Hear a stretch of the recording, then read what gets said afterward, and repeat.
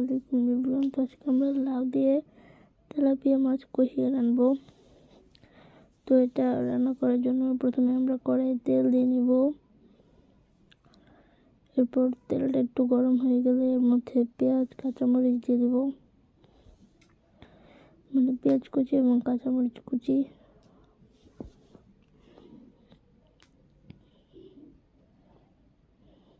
এরপর এটাকে ভালো মতো নেড়ে চেড়ে নিব।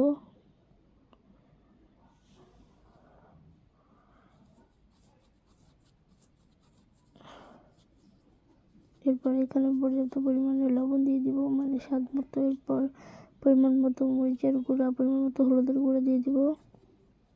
এরপর এটাকে আবার ভালো মতো মিশিয়ে নিব। এরপর এর মধ্যে একটু পানি দিয়ে দিব, যাতে এটা ভালো মতো মিশে যায়।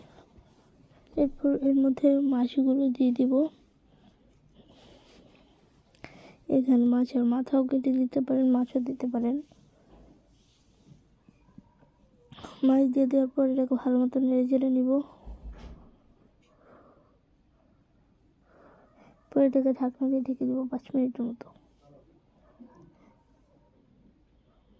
5 মিনিট পর ঢাকনা উঠিয়ে আবার একটা নাড়াচাড়া দিয়ে নিব।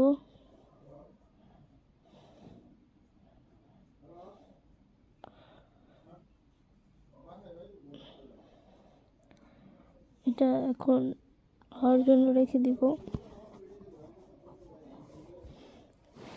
যেন ভালো মতো হয়ে যায়। মাছগুলোকে ভালো মতো দেখতে হবে হয়েছে কিনা। তারপর এখানে লাউগুলো দিয়ে দিব। লাউগুলো আগে থেকে কেটে ধুয়ে রেখেছিলাম, তো কেটে ধুয়ে রাখা লাউগুলো দিয়ে একটা নাড়াচাড়া দিয়ে নিব।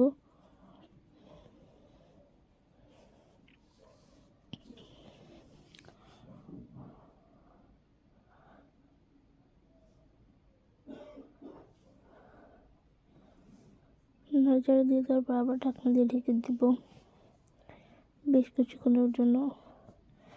পর ঢাকনাটা উঠিয়ে আবার লাউটাকে লাড়ি দিয়ে দিব, যেন এটাকে ভালো মতো নাড়াচাড়া হয়ে যায়। পর এটা আবার ঢাকনা দিয়ে ঢেকে দিব। এরপর আবার ঢাকনা উঠিয়ে আবার এটাকে একটা নাড়াচাড়া দিয়ে নিব। লাউটা ভালো মতো হয়েছে কিনা এর বিষয়ে কিন্তু আমাদের খেয়াল রাখতে হবে। লাউটাও কিন্তু সিদ্ধ হতে হবে, নাহলে কিন্তু খাবারটা একদমই মজা হবে না। তারপর এখানে আমরা একটা টমেটো কুচি দিয়ে দেবো।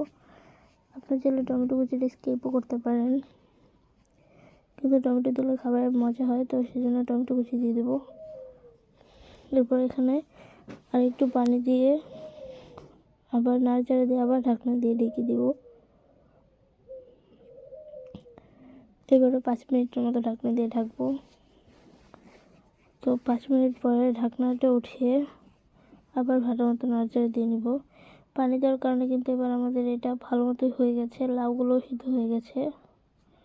তো এই পর্যায়ে আমরা এখানে ধনিয়া পাতা দিয়ে দিলে হয়ে যাবে আমাদের রান্নাটা। তো ভিডিওটি যদি ভালো লাগে তাহলে কিন্তু অবশ্যই একটি লাইক দিবেন এবং চ্যানেল সাবস্ক্রাইব করবেন।